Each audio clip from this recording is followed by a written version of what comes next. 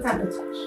Antes de mais, uma linda tarde de chuva e reunirmos aqui para falar sobre cuidados paliativos, um tema que nos é tão querido e um dia muito especial hoje, que é o Dia Mundial da Sensibilização aos Cuidados Paliativos Pediátricos, e por isso é que estamos aqui reunidos para falar sobre ele. Esperamos que isto seja uma conversa informal. Nós estamos aqui entre amigos, num sítio pequeno, rodeado de livros. Não podemos neste momento querer outra coisa para que seja uma conversa saborosa e imaginativa. Agradecer à Letras Louvadas o convite e em nome da Patrícia, porque são sempre visionários na escolha dos dias, das temáticas. Isso é importante porque estamos aqui também para partilhar as nossas ideias e saberes com a população, e hoje o dia é muito isto. Agradecer a vós que estão aqui connosco para podermos ter esta conversa, e com muita admiração às minhas colegas de tertulia, porque temos muitas aventuras juntas de diversas formas e que vou passar a apresentar. Doutora Paula Maciel, pediatra de 2003, pós-graduada em Cuidados Paliativos Pediátricos e coordenadora da equipa intra-hospitalar de cuidados de suporte em Cuidados Paliativos Pediátricos do Hospital Divino Espírito Santo. Faz consultas de apoio à cardiologia pediátrica, é coordenadora da área de urgência pediátrica do Serviço de Urgência H10 e exerce medicina privada. Gosta de pensar que todo dia este trabalho é para fazer a diferença. Adora desafios, ler e conviver com pessoas que há a crescer. Filipa Duarte, Ana Filipa Duarte, a nossa psicóloga da equipa, psicóloga clínica desde 2001, desenvolve a sua atividade profissional no Serviço de Pediatria do H10, também em contexto de consultas externas e neonatologia. É uma das membros, é a psicóloga também da nossa equipa intra-hospitalar de cuidados paliativos pediátricos. Tem também a prática privada. É doutorada em Psicologia Clínica, fez o curso básico de Cuidados Paliativos e o curso básico em Cuidados Paliativos Pediátricos no âmbito do seu desenvolvimento. Interessada em temas da maternidade e da vinculação desde sempre, escolheu o caminho da intervenção com crianças e jovens para acreditar que o futuro se pode construir mais e melhor e mais feliz. Gosta de ler poesia e de procurar nas linhas e curvas da vida de todos os dias. Não é à toa que ela depois escreve de uma forma magnífica. Talvez por isso sinta que a vida a conduziu ao trabalho em cuidados paliativos pediátricos por uma razão, que é este talvez o lugar onde cabe continuar a ser e a aprender. Temos a nossa Liliana Simões Oliveira Pinto, aveirense, veio para os Açores em 2000 e nunca mais quis sair. Pronto, ok, foi uma vez na Madeira, ok, mas agora trabalha na matriz, na EBI Roberto Ivens. Lecionou no primeiro ano, mas teve nos últimos 2 anos a lecionar expressões artísticas. Adora ler e contar histórias. É contadora de histórias, nas histórias riquinhas, e mãe de 2 rapazes maravilhosos, e vai colaborar connosco porque participou numa das nossas atividades e tem o know-how que daí traz. Eu, Patrícia, sou enfermeira desde 2002, especialista em saúde infantil, pediatria no Hospital Divino Espírito Santo, sou coordenadora de enfermagem da equipa intra-hospitalar de suporte em cuidados paliativos pediátricos do H10, mestre em Ciências de Enfermagem, pós-graduado em Cuidados Paliativos Pediátricos, o resto não interessa agora aqui. Também contador de histórias, inicialmente pela Hora do Conto e num curto espaço de tempo nas histórias riquinhas, mas penso que foi uma abertura fenomenal ao mundo dos livros. É mãe de um jovem adulto de 20 anos que a desafia todos os dias a ser melhor. Com os cuidados paliativos pediátricos, aprendi que a verdadeira essência do cuidar com o coração é esta. Espero que seriam umas breves palavras, acabaram por ser mais longas do que eu estava a contar, mas importa clarificar aquilo que é. Nós as 3 somos membros da equipa intra-hospitalar de suporte em cuidados paliativos pediátricos, que constituída desde 2019, em funções um pouco depois, mas o que importa é que representamos aqui, e importa dizer isto, uma equipa multidisciplinar composta por pediatras, enfermeiros, psicólogos, assistentes sociais, fisiatras, terapeutas da fala, fisioterapeutas, um assistente religioso que acaba por ser essencial e uma assistente social. Cuidar em palavras, na escolha não foi nossa do título, mas está muito bem conseguida, e esperamos que esta hora seja uma viagem partilhada entre livros, histórias e emoção. E se calhar o moto vai começar já com o nosso primeiro livro. Um dia bom.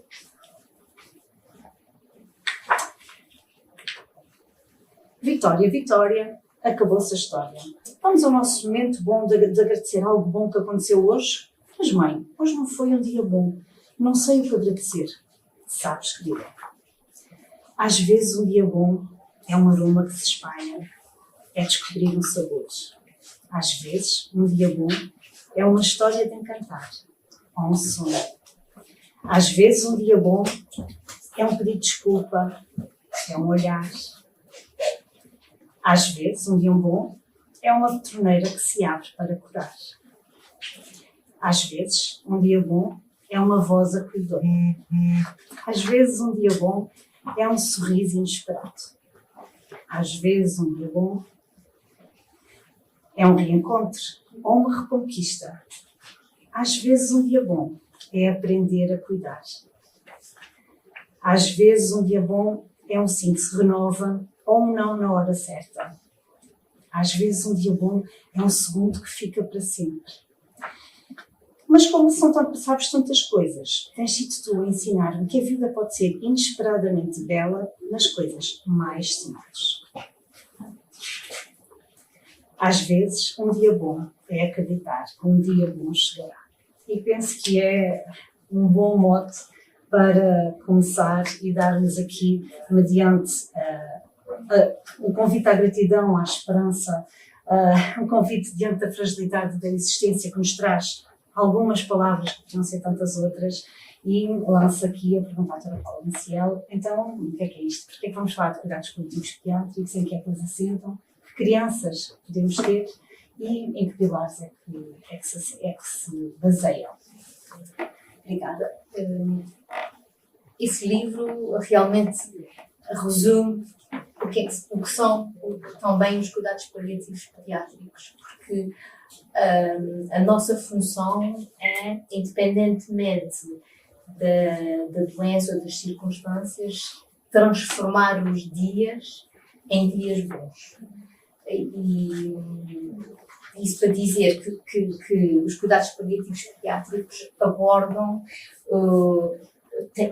concentram os seus esforços em tratar a dor física, e quando eu falo em dor física estou falando no controle sintomático, por exemplo, o controle da dor, a nutrição, as próprias complicações da doença, na dor psicológica e emocional, como tudo isso que pode envolver, e mais à frente nós debateremos isso, os aspectos sociais e também os espirituais. Pronto, é toda esta problemática da doença crónica que nós abordamos. E, muito importante, os cuidados paliativos, ao contrário do que a generalidade das pessoas pensam, e muitos profissionais de saúde também, devem ser iniciados no momento do diagnóstico.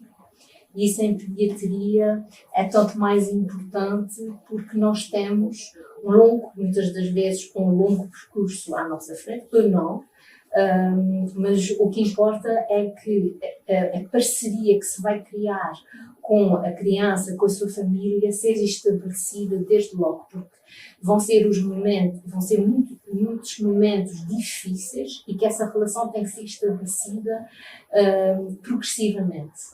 E é fundamental termos a noção que tem que ser desde o início. Agora, a pergunta de que a quem se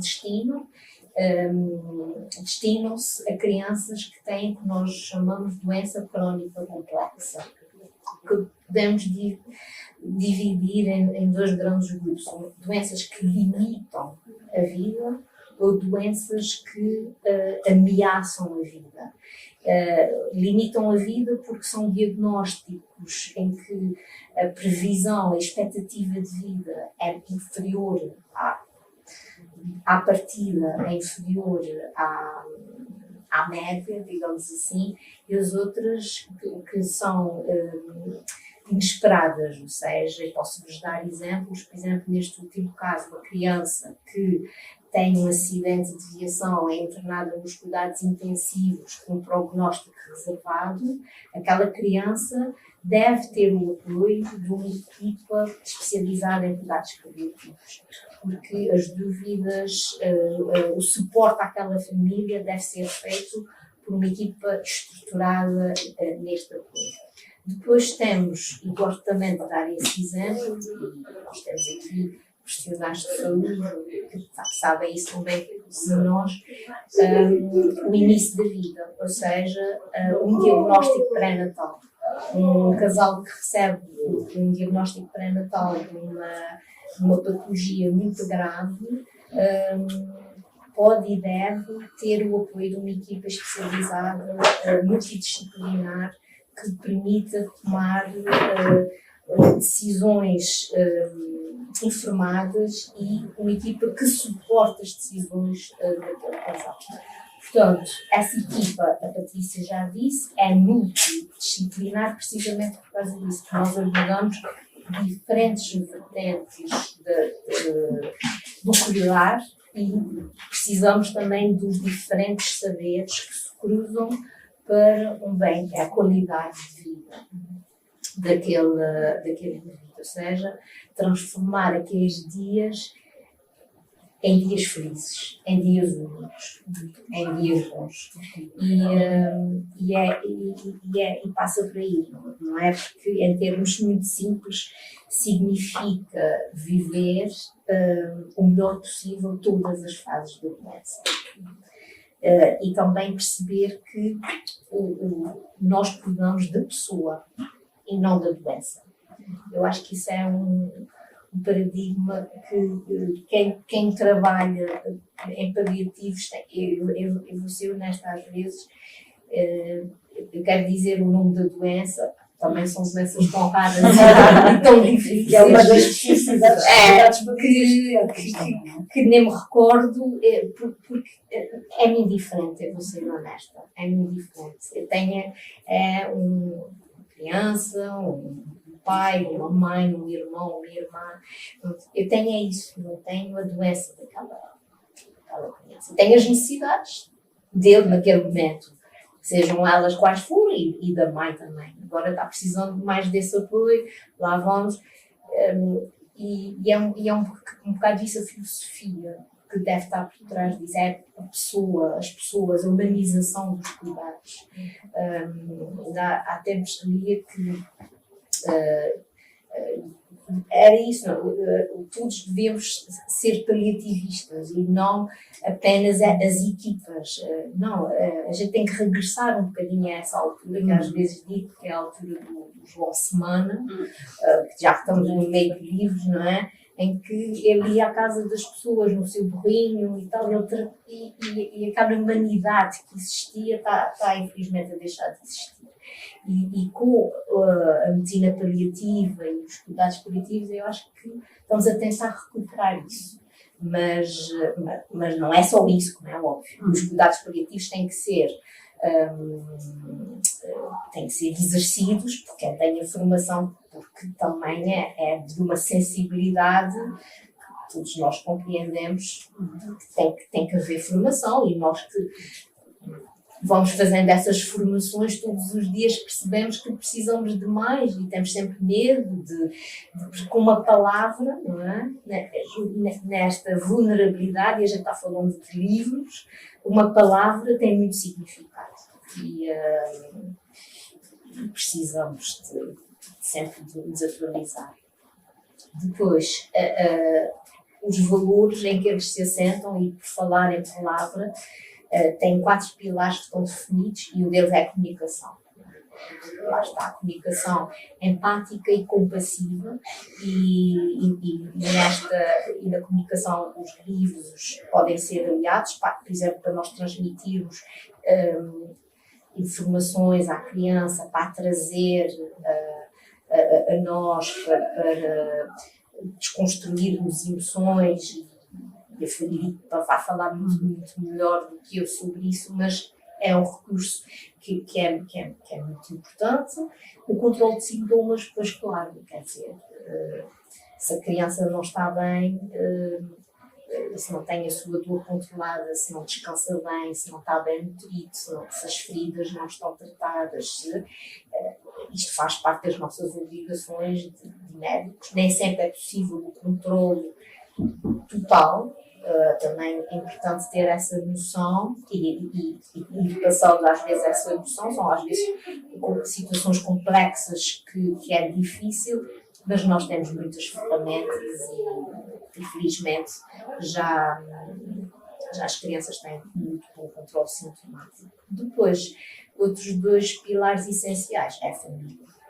A família tem que ser nossa aliada e nós aliados da família.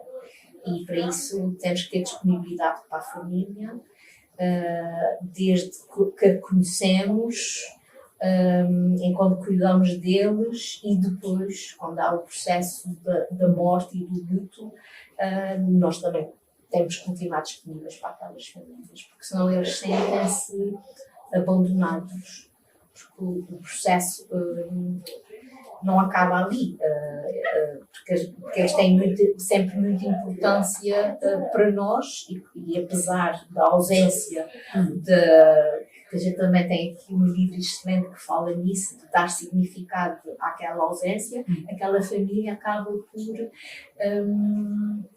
contar connosco para continuar a dar significado à perda que eles tiveram, não é? Porque a gente conhecia muito bem a pessoa que eles perderam, não é? E eles quando nos veem, a gente fala isso, então estamos a dar significado ao que aconteceu. E não é nada melhor do que a gente perceber que os que nos são queridos dos outros também, não é? Eu acho que isso também, para eles é importante, a gente perceberem que a gente se recorda a criança. Não é? E depois é a equipa que nós sozinhos não somos nada, cada um tem os seus saberes, mas os saberes acrescentam-se. Mesmo os meus crescem com os saberes dos outros. E acho que cada um de nós, e depois todos juntos, completam-se. É que é mais do que só eles se completarem. Individualmente nós crescemos. E acho que isso também é uma vantagem, é uma alegria de termos trabalho de equipa. Portanto, tentar todos os dias que os dias das pessoas com quem nós contatamos sejam um bocadinho melhores, dar esperança quando às vezes isso dá esperança é muito difícil. Dar esperança sem dar falsas expectativas, mas neste livro também dizia isso, até os dias mais escuros que virão outros dias, e o facto de, por exemplo, eu estar com dor, mas amanhã não estar com dor, isso é uma esperança. Hoje eu estou numa fase em que não está a conseguir dormir, mas a gente vai fazer assim, vamos ver amanhã. Isso é uma esperança. Portanto, há pequenas coisas que iluminam os dias e que tal ao nosso alcance fazer. E na verdade, enquanto equipa, também passamos a ser parte deles. Pois é isso. É isso mesmo. E os pais, neste caso, contam connosco e a continuidade da nossa presença é um vínculo que não se perde, eu não sei se será nunca, mas durante muito tempo é um vínculo que fica em ambos os lados. E acho que a palavra para isso é compromisso. E é uma palavra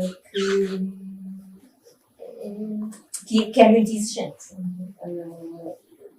É o compromisso connosco, porque a gente tem o compromisso de ser eficaz e cada vez melhor, isso exige de nós, e é o compromisso com os outros, com os companheiros de equipa e com as famílias, todos. Portanto, às vezes é difícil, não é? Mas tem que estar lá sempre essa palavra, compromisso.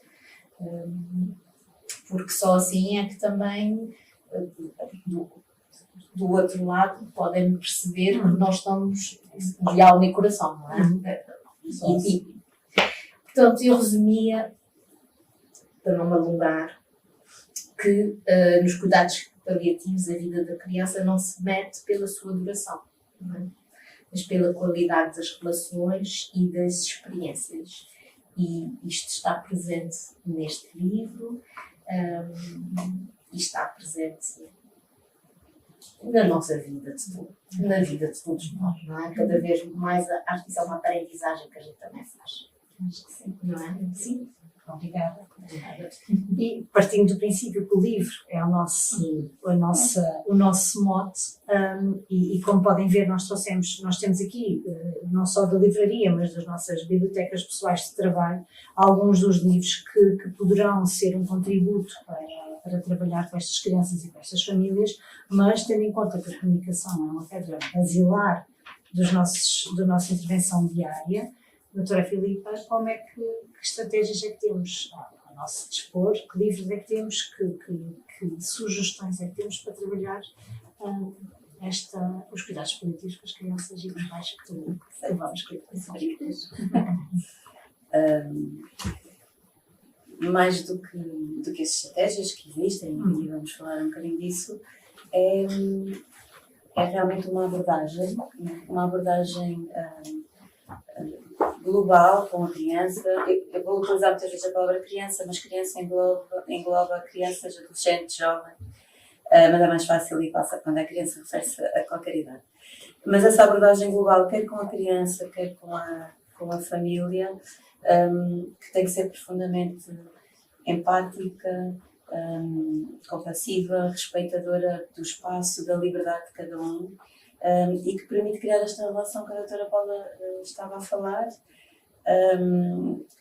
que depois facilita uma série de processos e tomadas de decisão ao longo do processo. E, portanto, quanto mais cedo ela for estabelecida, mais tempo nós vamos ter para que ela se reforce e solidifique, e mais tempo vamos ter também para antecipar determinados momentos de crise ou de dificuldade e de os preparar.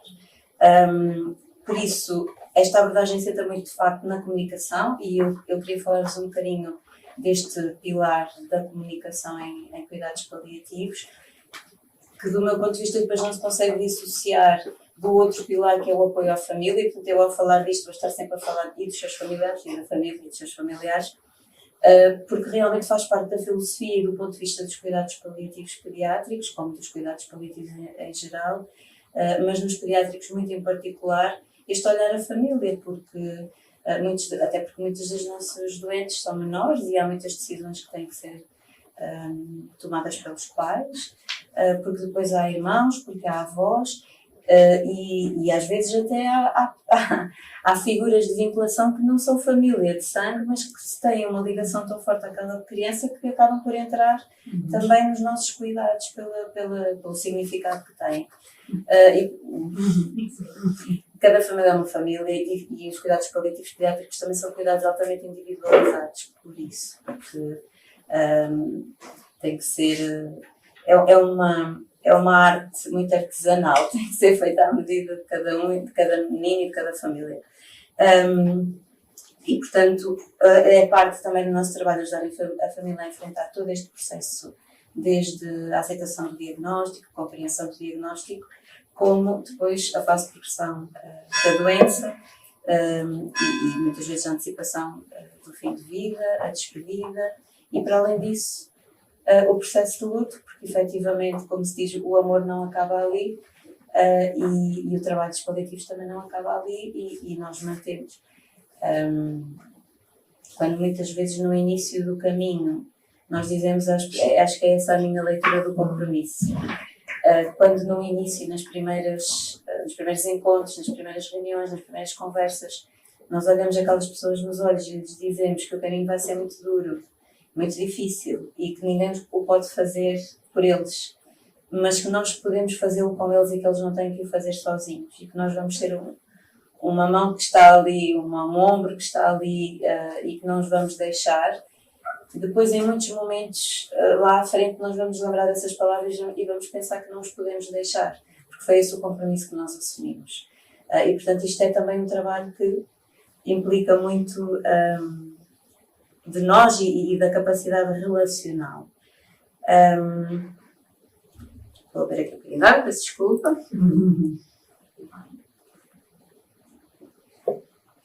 Estas duas dimensões dos cuidados paliativos, só para referência muito rapidamente, estão muito presentes nos princípios dos paliativos pediátricos, que nos dizem coisas como os cuidados devem ser dirigidos à criança ou adolescente, orientados para a família e baseados na parceria. Devem ser adequados à criança e ou à sua família de forma integrada, devem ser consistentes com as crenças e valores da criança ou adolescente e dos seus familiares, e a participação da criança ou adolescente e dos seus familiares nas tomadas de decisão é obrigatória. É obrigatória porque é eticamente devido que eles sejam, dentro do possível, informados e se sintam participantes. Quando falamos em comunicação clara, aberta, direta, eficaz, também honesta, mas compassiva, cuidadosa, sensível, estamos a falar em processos de comunicação que ocorrem entre os elementos da equipa, processos de comunicação que ocorrem entre a equipa e os pais, ou os familiares adultos, entre a equipa e a criança ou adolescente, e também, muitas vezes, na facilitação ou promoção das competências dos pais para falarem com os seus filhos, quer seja o filho que está doente, quer seja com os irmãos. E são muitos do nosso trabalho, e do meu trabalho em particular, enquanto psicóloga, é o apoio aos pais, por vezes, sobre como gerir esta situação nas dinâmicas familiares com os restantes irmãos e também com o filho que está doente.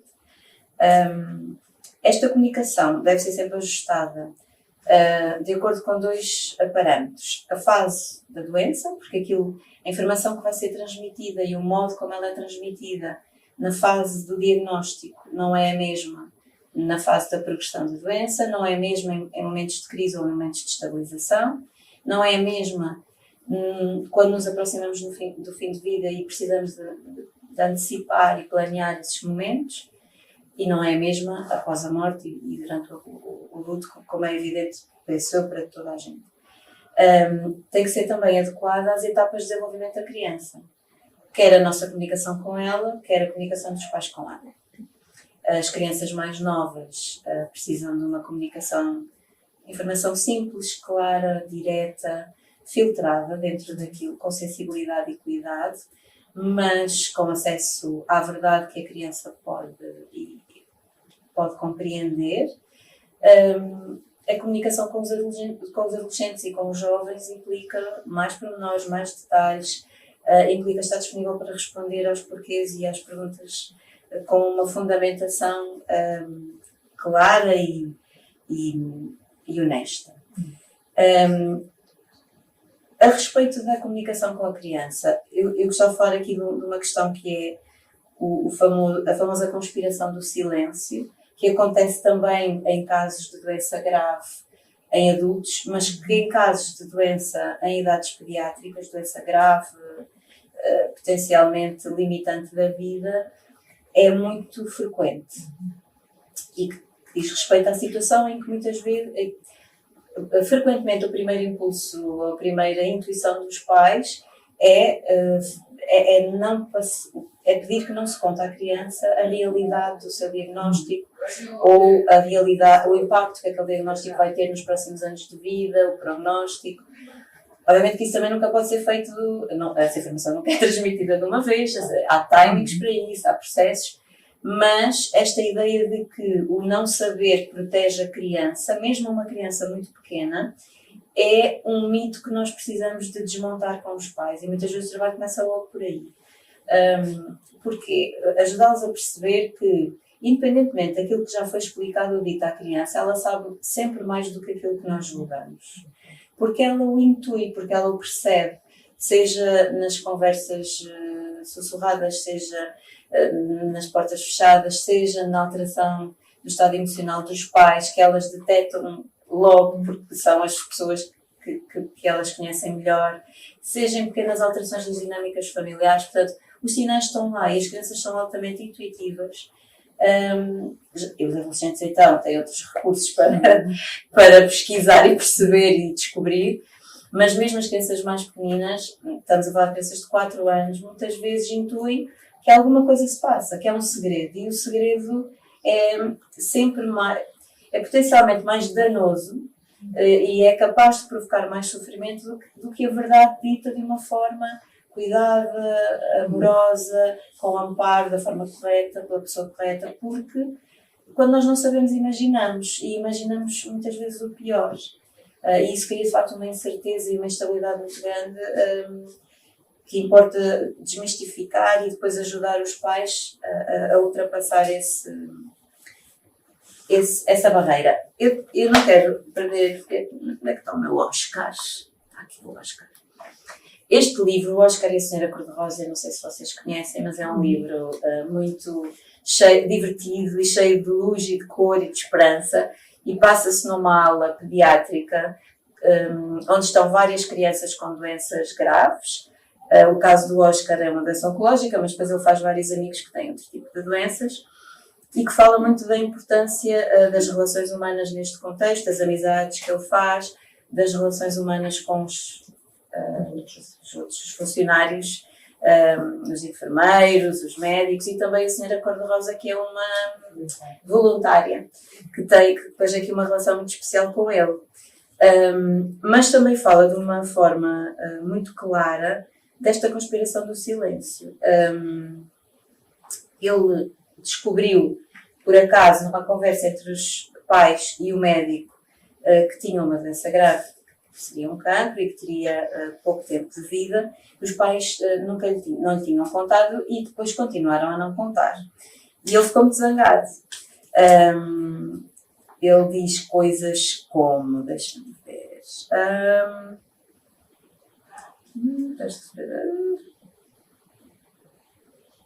desculpa, eu tinha ensinado aqui, mas não era aqui. Mas não era aqui. Mas já é o outro. Espera lá, peço desculpa. Julieta Solinha.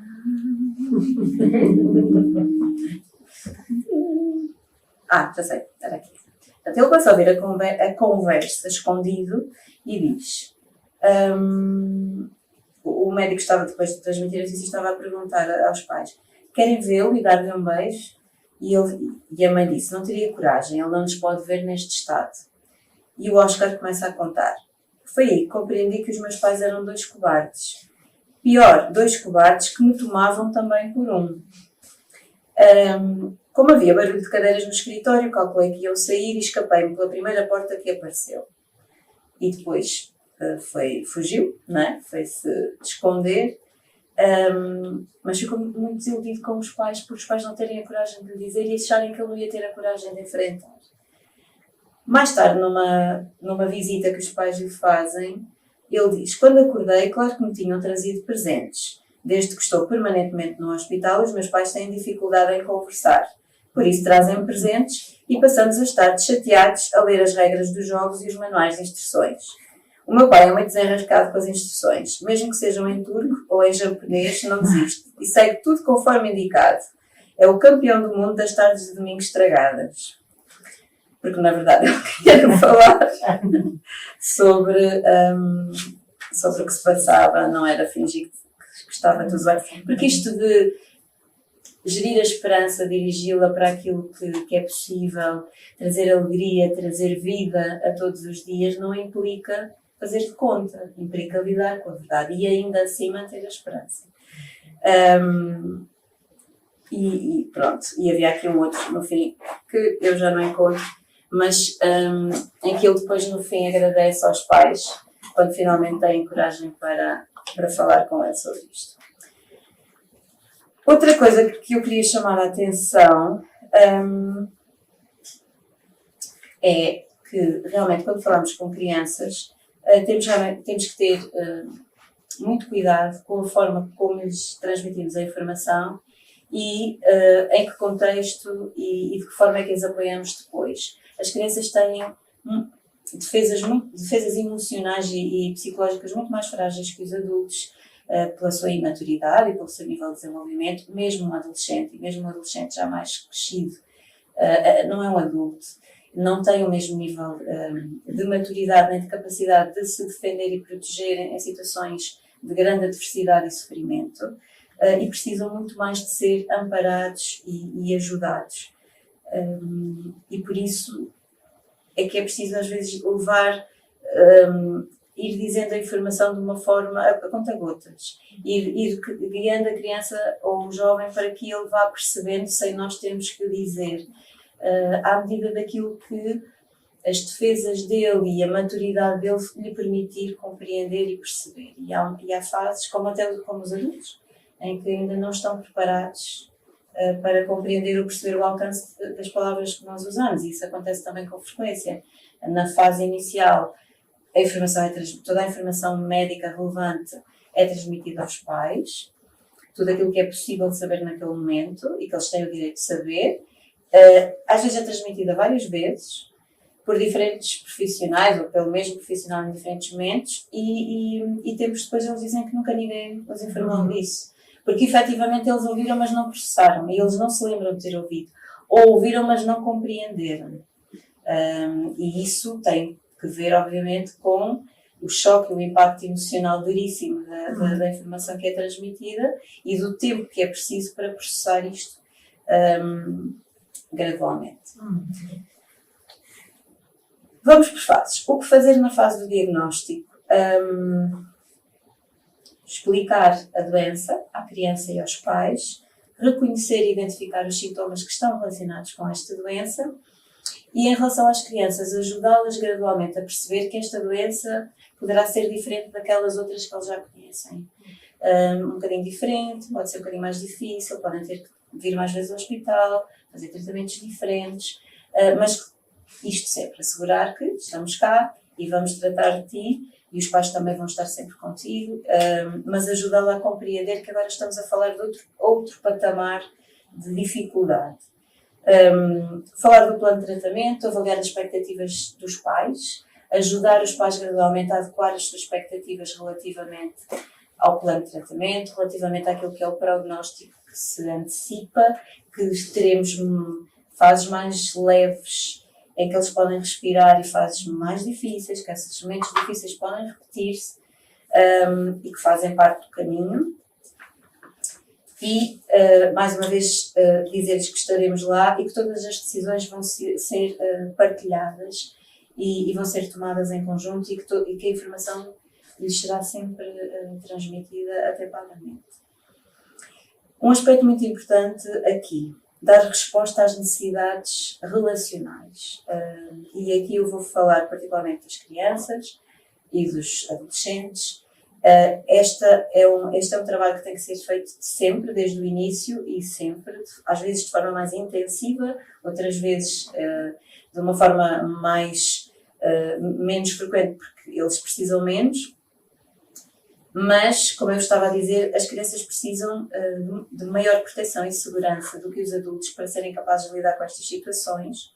É fundamental transmitir-lhes que vão continuar a ser cuidados, que vão continuar, dentro do possível, a manter a possibilidade de ter as suas atividades lúdicas, de ir à escola, de fazer as coisas que gostam, de conviver, de brincar, de estar com os amigos, principalmente quando as coisas se começam a complicar, quando a saúde se começa a deteriorar e que muitas vezes tem que haver alguma imaginação para nós podermos adaptar as rotinas da família e da criança para que ela continue a poder desfrutar de algumas destas atividades que são importantes para ela. Reforçar a segurança também é primordial e aqui a segurança é a segurança emocional também. A criança precisa de sentir que é querida, que é aceita, que é escutada, que é amada, para conseguir integrar tudo aquilo que está a acontecer. É necessário ajudar a criança a lidar com as emoções difíceis, com as emoções intensas, dar-lhe espaço para elas poder expressar em segurança, ampará-la nesses momentos, não julgar, não se assustar, aguentar, suportar e depois ajudá-la a compreender o que está a sentir, ajudar a nomear estas emoções, ajudar a identificá-las e a treinar com ela estratégias para gerir essas emoções, às vezes emoções que ela ainda desconhecia. E temos aqui vários livros que falam, olha, por exemplo, aqui O Leão que Fala da Coragem.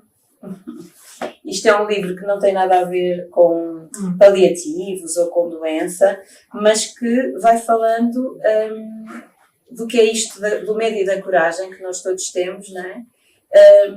E que é a história de um leão e de um ratinho queria ser amigo de um leão, mas tinha algum medo dele, e quando finalmente o conhece, descobre que o leão tinha fobia a ratos, e é o leão que se assusta. E no fim eles dizem que neste dia em que eles se conheceram, aqueles dois aprenderam que seja qual for o nosso tamanho, todos nós temos um rato e um leão cá dentro.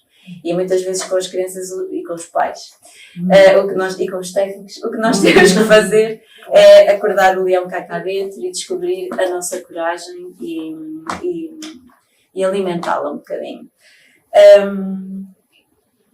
Depois, durante a progressão de doença, sobretudo, muitas destas crianças têm doença complexa, crónica complexa, durante anos. A esperança de vida é muito variável, não é? Mas há crianças que podem, ou que poderiam estar connosco durante anos se fossem sinalizadas de forma atempada. E, portanto, há períodos de vida que estão muito estáveis dentro das suas dificuldades, dentro das suas limitações, mas que estão mais estáveis. E depois há momentos de crise, há agravamentos e melhorias, altos e baixos, e depois chega uma fase de deterioração em que a criança já não recupera o estado prévio e há uma deterioração gradual, às vezes mais abrupta, outras vezes menos. Nesta fase é importante repensar e refazer o plano de cuidados sempre, atualizá-lo, às vezes que forem necessárias, falar com os pais, intensificar a comunicação, torná-la mais frequente, não é? Estar disponíveis para ouvir, amparar a angústia, lidar com a dor, controlar sintomas, mas também lidar com o sofrimento psicológico, com a exaustão física e emocional que muitas vezes estes pais manifestam, as crianças por vezes também. E nesta fase começar a tomar decisões difíceis muitas vezes, aqueles assuntos de que ninguém quer falar, aqueles assuntos que todos gostaríamos de poder evitar, mas que depois têm que ser colocados em cima da mesa e têm que ser conversados. Se os eventos difíceis forem antecipados, forem pensados e ponderados com tempo, podemos planeá-los, podemos dar tempo às pessoas de pensar naquilo que são as vontades da criança, os desejos da criança, falar com ela sobre isso, os seus próprios, da família, integrar os irmãos, pensar em rituais, momentos significativos para criar memórias, respeitar os valores, os princípios de vida de cada família e fazer as coisas de forma que faça sentido para aquela criança e para aquela família. E no momento isto já não é possível, porque já ninguém é capaz, não há tempo, nem há disponibilidade emocional para pensar nestas coisas. É algo que se começa a fazer antes, falar de opções de tratamento, falar de escalada de cuidados, de retirada de algumas intervenções, pesar os prós e os contras de intervenções que são mais intrusivas, e às vezes essas intervenções são a realização de determinados exames. E gerir a esperança, ir, apesar de tudo, promovendo a esperança, dirigindo a esperança para aquilo que é ainda bom, possível, para aquilo que é significativo, para aquilo que vai deixar memória, legado. E há aqui uma passagem no Tirar Macacos do Nariz, que está aqui, que este sim é um livro sobre cancro pediátrico específico, escrito a partir dos relatos de crianças e famílias que estavam em internamento pediátrico e, portanto, depois vai contando aqui particularidades de algum deles. E há aqui um momento que fala de casos que evoluíram favoravelmente, alguns casos que não evoluíram tão favoravelmente. É o caso de um destes meninos, em que, a certa altura, se diz: até que chegou o momento de parar os tratamentos para podermos dar todo o tempo e todos os mimos. Antes disso, lembro-me dele com a mãe, a Rosa, fantasiado com pijamas especiais e máscaras das suas personagens favoritas. Assim que ela andava no internamento. De fazerem uma discoteca na passagem de ano, com música e uma bola de luzes. Lembro-me da mãe Rosa fazer tudo. Mesmo exausta, a mãe Rosa brincava, fazia de conta, dançava. Até que chegou o momento de parar os tratamentos para podermos dar todo o tempo e todos os mimos. Parar os tratamentos não é parar os cuidados, é mudar os cuidados ou intensificar outros cuidados. A preparação desta etapa é garantida com amor. Tiram-se relógios do pulso e embalam-se os mimos num colo que dura. Dura, até ao último amo-te, à última adeus, ao último suspiro. Aqui sobrevivem os pais com as melhores e mais açucaradas memórias, com as 1000 histórias que fazem destes meninos estrela os mais especiais de sempre.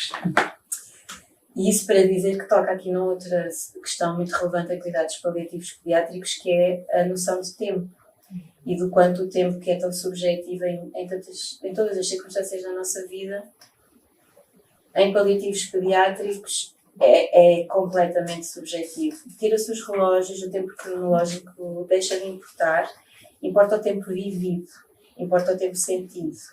E eu digo isto para chamar a atenção, que quando se fala desta questão das opções e da retirada de algumas intervenções e das decisões de não reanimação em último caso e dos últimos cuidados que se prestam a estes meninos,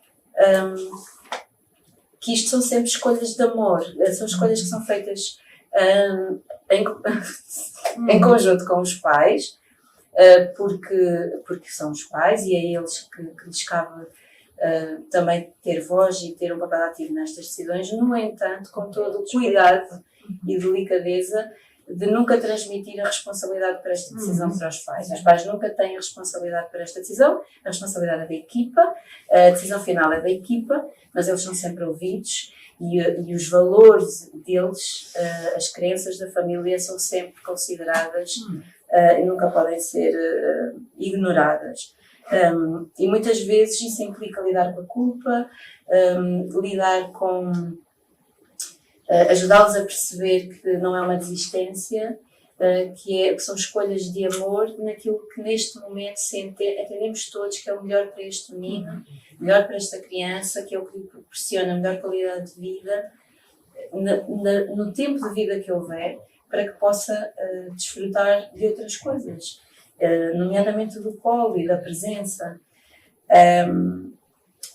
Estamos a falar de crianças e precisam de ser crianças, seja na modalidade que for, não é? Não sei se... Só para terminar, como fazer?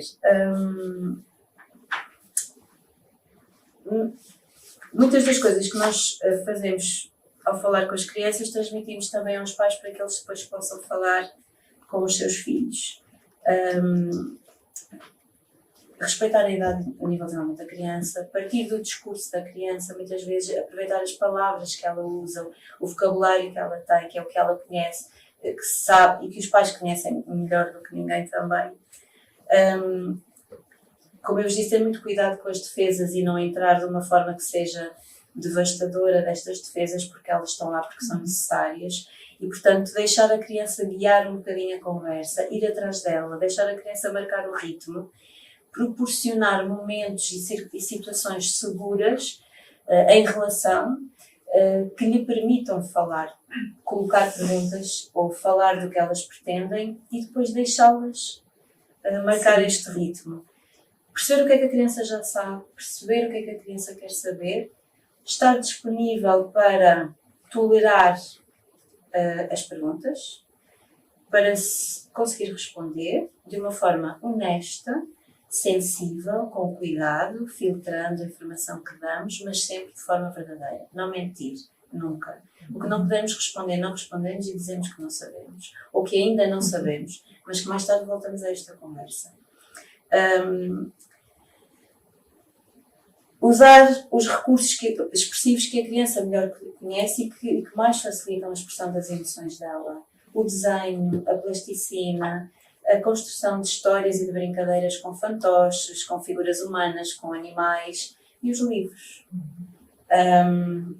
Aquele que é incrível, para onde vamos quando desaparecemos. E este é um que eu uso, que eu tenho usado várias vezes com irmãos, para sugerir o assunto no meio de uma brincadeira, quando começa a surgir o tema, e para vocês perceberem como é que nós podemos falar das coisas sem ter que falar das coisas, de maneira a que depois possamos falar delas abertamente. Ele começa por dizer que para que alguma coisa desapareça são precisos sempre dois. Um que fica e um que desaparece. Porque se alguém desaparece, mas ninguém dá conta, na verdade essa pessoa realmente não desapareceu bem. E o que é que acontece? Acontece que as perguntas que ficam com quem fica são as mais difíceis. De quem fica quase sempre se diz que fica de mãos vazias, mas a verdade é que quem parte lhe deixa sempre um monte de perguntas. E estas perguntas são as mais difíceis. Uma delas é o que é que acontece quando alguém desaparece. Felizmente ou infelizmente, nós não somos os únicos a desaparecer. Como todas as outras coisas do mundo, acontece o mesmo. O sol, as nuvens, as folhas, até as férias estão sempre a começar e a acabar, a aparecer e a desaparecer. E depois vai explicando as meias, por exemplo. Para onde vão as meias quando desaparecem? Quase sempre para o fundo da cama, para debaixo do sofá. Com alguma frequência desaparecem para sempre. E se algum dia as reencontramos, descobrimos como foram parar a sítios incríveis. Mas o sol também desaparece. Mas na verdade o sol não se vai embora. Nós é que nos vamos embora. Meia volta e voltamos, despenteados e com romelas, dizendo muito entendidos que o sol já nasceu, quando nós é que nascemos todos os dias para o sol.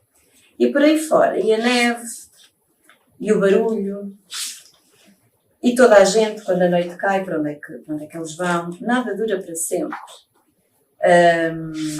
E no fim, cada um diz coisas diferentes sobre o sítio para onde vamos quando desaparecemos. Mas se olharmos para as coisas do mundo, ficamos com muito mais ideias. Podemos ir parar a sítios incríveis como as meias. Podemos subir até ao céu como as poças de água. Podemos formar praias como as areias. Podemos voltar outra vez como as nuvens. Podemos não ir a lado nenhum e ficar sempre aqui como o sol. Podemos ir dormir ou dançar enquanto dormimos. Melhor do que nada. O nada é um sítio demasiado vazio para alguém estar. E se formos todos lá parar, deixará de ser o nada em menos de nada. E isto abre canais de comunicação.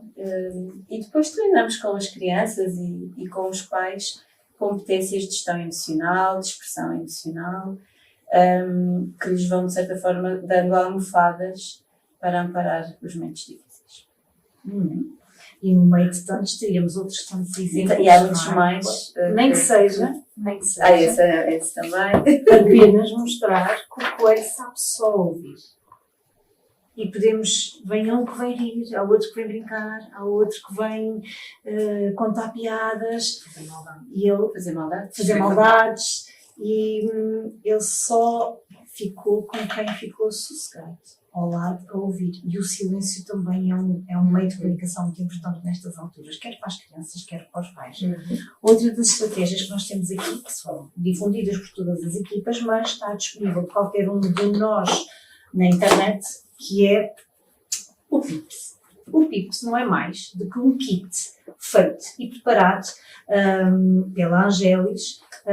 Está disponível em português, porque isto era em inglês e foi traduzido para o português. Já vos vou mostrar. Já vou tirar mais fácil.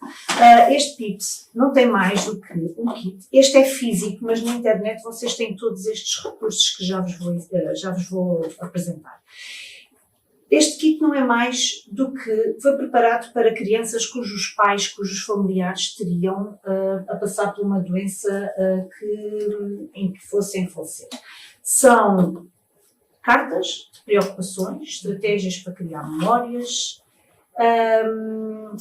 palavras de emoções, exteriorização de sentimentos com atividades feitas e adequadas. Normalmente está planeado para crianças entre os 5 e os 10 anos, mas qualquer pai, mãe, tio, professor, no hospital, em casa, na casa do avô, pode ter a possibilidade de atos que nós temos enquanto físico, claro, mas o kit pode ter o pai e a criança, a mãe e a criança, o irmão mais velho e o irmão mais novo, que os acompanham em determinadas situações, na ida ao hospital, na ida à consulta, podem ir para o santo, que vale a pena. Tenham livros para a explicação aos adultos, tenham livros para a explicação às crianças, com brincadeiras e estratégias muito práticas, feitas por profissionais de saúde.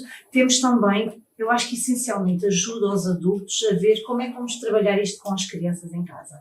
Não temos a hipótese de tê-los todos, ou pelo menos em todos os momentos, com profissionais dedicados a isto, mas o kit do PIP ajuda o livro dos adultos, a morte, o morrer e o sofrimento, e de exemplos como este. O mesmo acontece com os livros, porque nós temos diversos livros que nos podem relacionar com uma determinada perda, mas a perda pode ser trabalhada como a perda da autonomia, a perda da qualidade de vida, a perda do momento, a perda da ida à escola, e os exemplos dos livros e destas estratégias passam também por isso mesmo.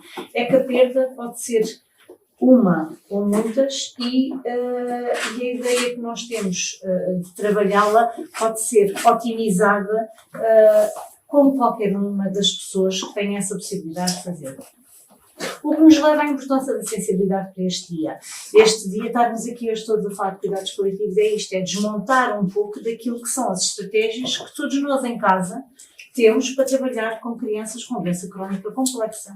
Seja em fase de estabilidade, seja em fase de algum agravamento.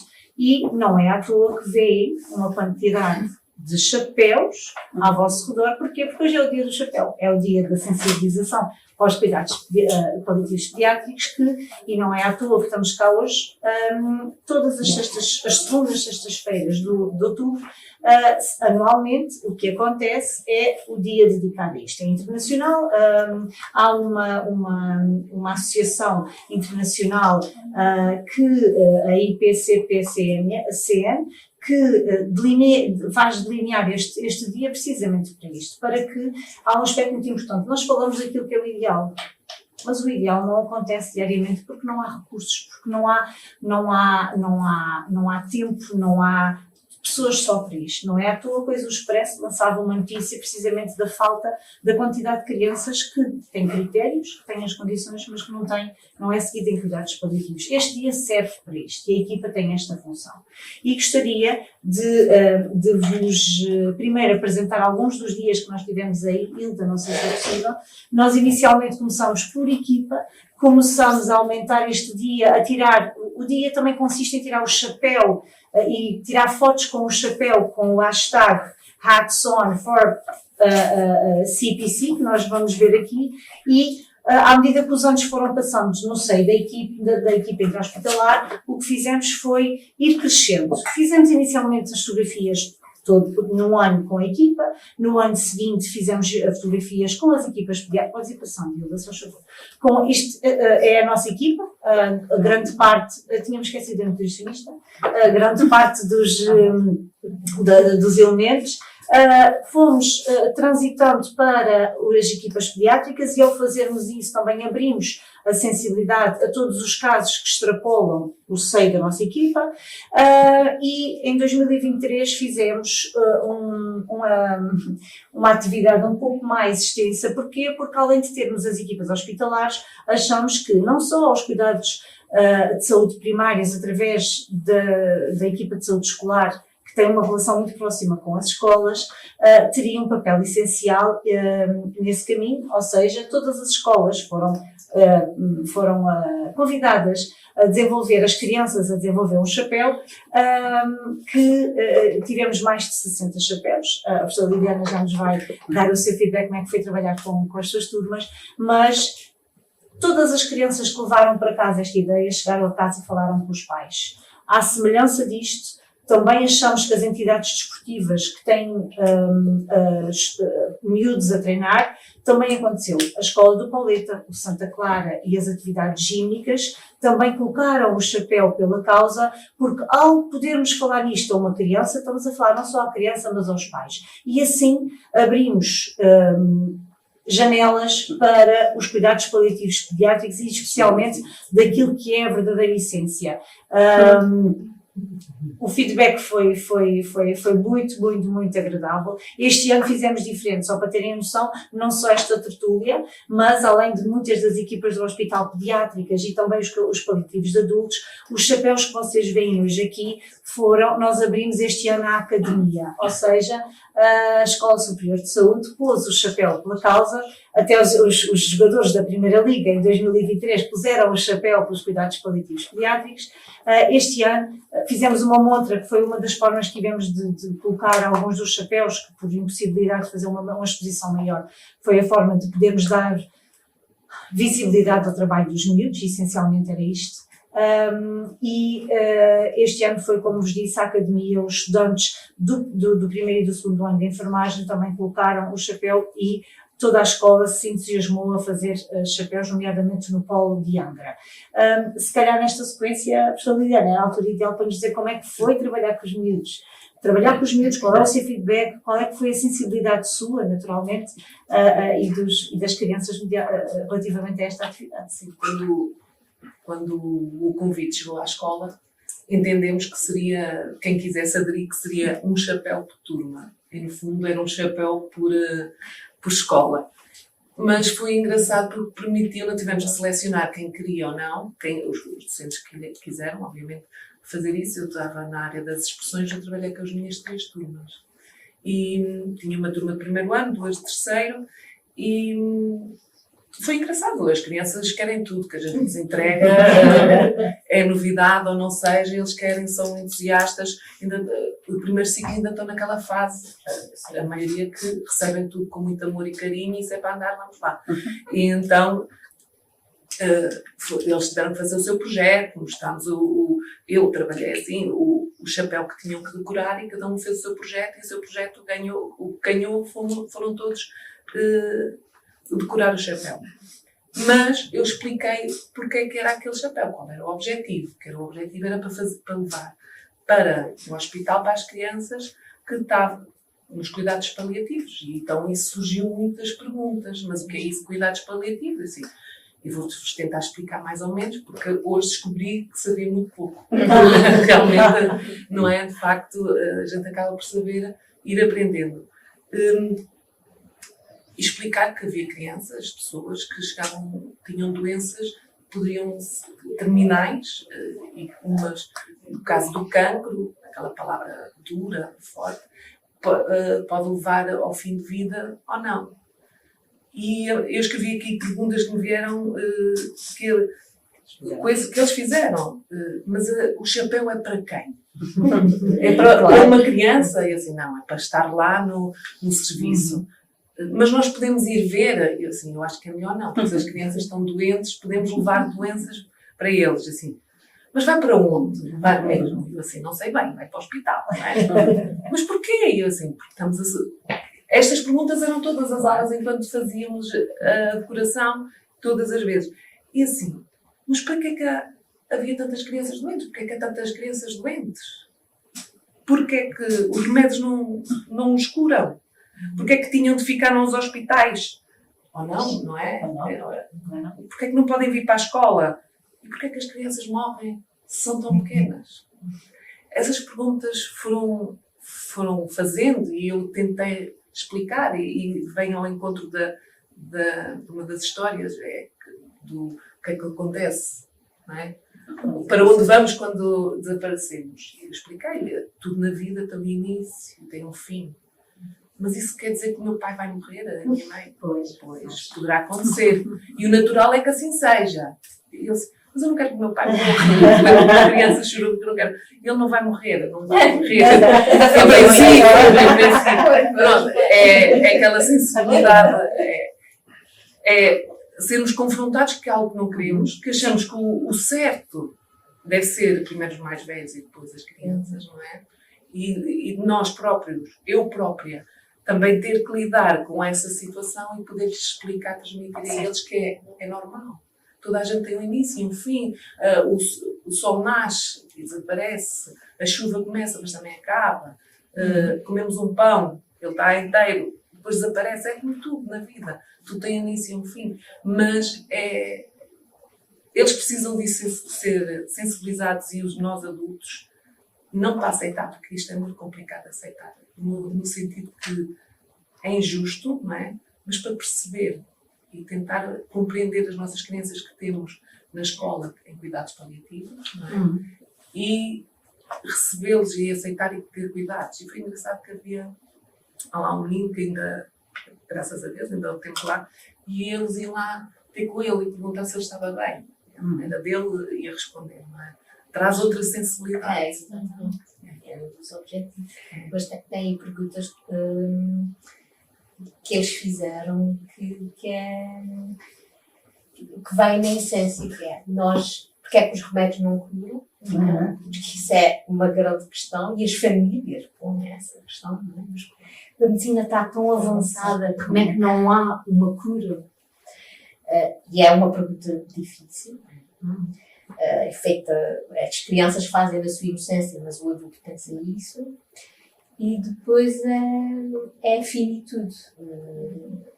É injusto, porque é antinatural, porque e se é circunstâncias normais, uma criança saudável dizer vou morrer, é difícil a gente devolver esta pergunta, não é? A gente responder a esta pergunta. Fará uma criança que tem uma doença que lhe condiciona, e como é que a gente responde? Exatamente.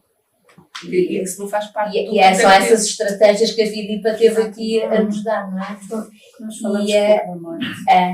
E nós, enquanto sociedade, falamos pouco. Exato, e aceitamos pouco amor. Nas aldeias, no interior, há muito tempo, há pouco tempo, as crianças iam aos funerais, não é? Vivenciavam a morte. Era uma coisa, as pessoas ficavam em casa, e algumas aldeias ainda são veladas em casa. Agora é tudo, a morte desapareceu, é tudo estéril, morre-se nos hospitais. Mas também o hospital é um sítio horrível, porque se morre nos hospitais, eu não quero ir ao hospital. Não é? A pessoa desaparece. A pessoa desaparece. Portanto, a gente está a medicalizar a morte. Que isso também é muito falado. É uma das questões dos cuidados paliativos. E isso leva-nos a muita conversa, não é? Mas temos que ir dando passinhos para trás, não é? E isso na escola é muito importante. Mas também precisamos ter essa sensibilidade de conseguir falar nisso. Eu tive alguma dificuldade, agora vou dizer que aquela criança poderá morrer. Porque, assim, mas eu posso ficar doente e morrer? Podes. Pode, não é? Por acaso, estes dois grupos foi os dois grupos com que trabalhou um ano depois, não é? No ano passado. E de facto foram dois grupos de quarto ano que fazem as questões mesmo duras, fortes, e que a gente tem que ter a capacidade de responder. O que é que a gente pode fazer para não ficar doente? Também podemos ir por aí, não é? Sim. Pronto, temos que ter atenção à nossa saúde, temos que tomar vacinas, mas mesmo assim pode acontecer. Claro. E há tratamentos, é verdade, mas mesmo assim pode haver circunstâncias em que não. Mas o que importa é o que a gente faz, o que tu brincas com os teus amigos, em casa com os teus pais, fazeres o futebol, isso é muito importante e é muito difícil. É engraçado, a cor do vazio, a cor do vazio, que é um livro extraordinário. E a propósito precisamente do que estamos a falar, diz: a vida nem sempre é justa. Quando cresceres vais descobrir que aqueles que amamos podem partir. Umas vezes morrem, outras vezes mudam de país. As outras vão-se embora sem se despedir.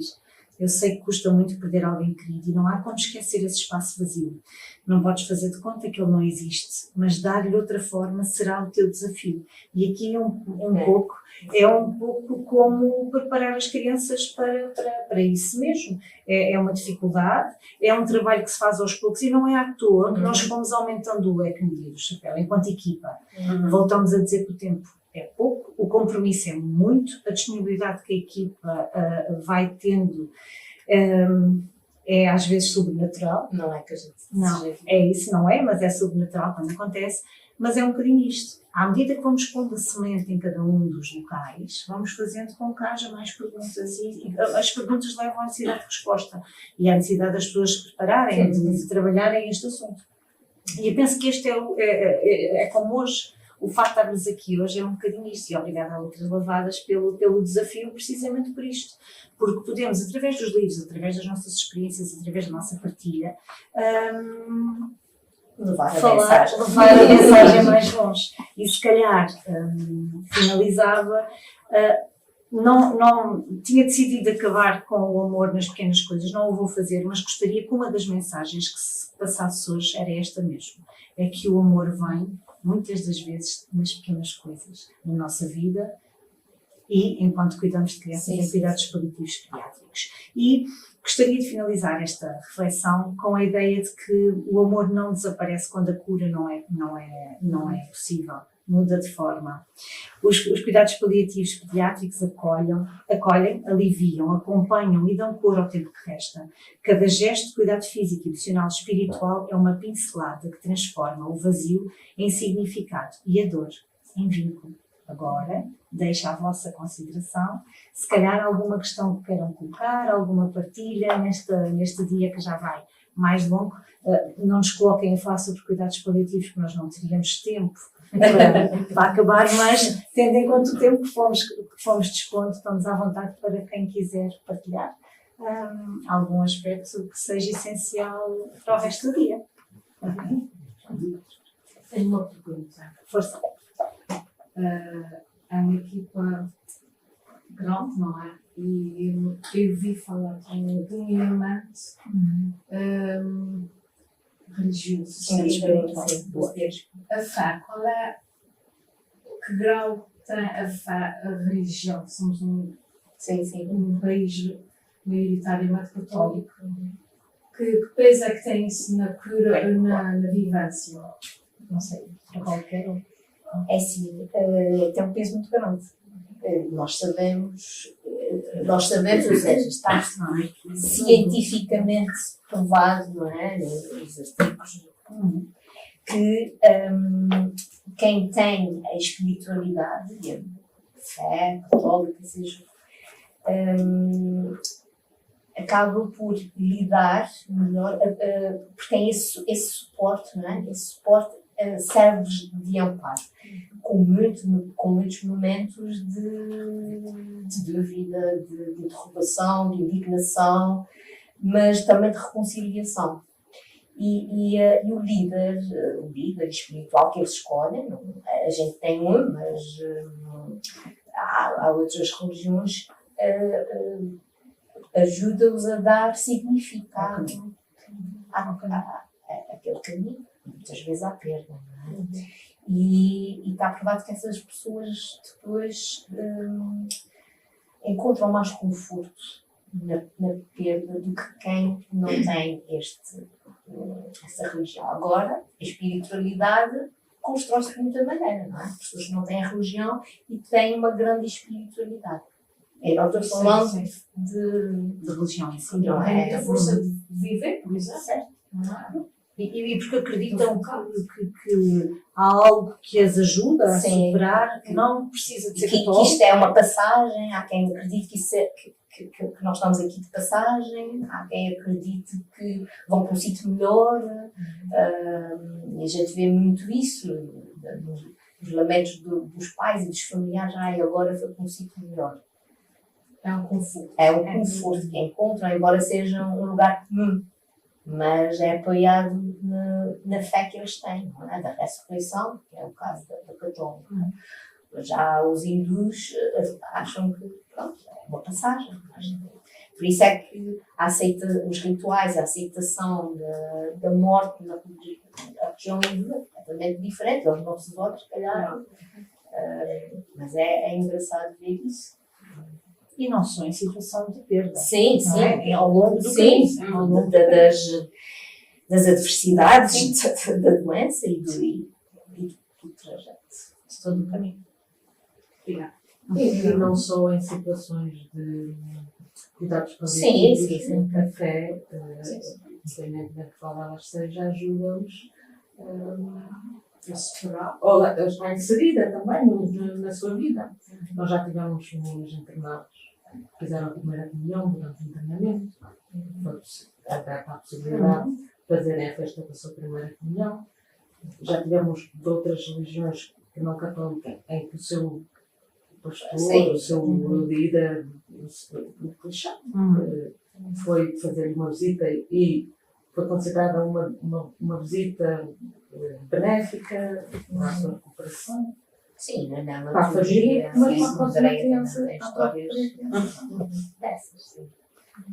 Ajuda-os a E aqui tomar a decisão, às características vezes. Sim, sim. Percebes que Sim, também o vai- mando o também mando vai. também A Ana também é um dos nossos membros da equipa, não é?